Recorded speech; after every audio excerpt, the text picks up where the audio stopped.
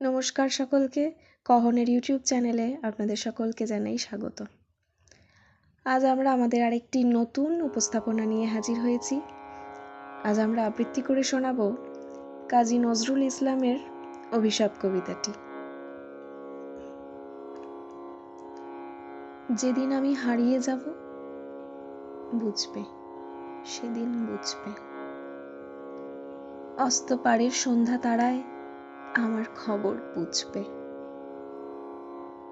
বুঝবে, সেদিন বুঝবে।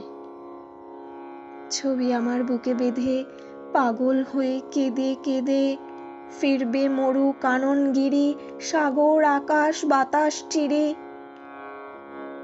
যেদিন আমায় খুঁজবে বুঝবে, সেদিন বুঝবে।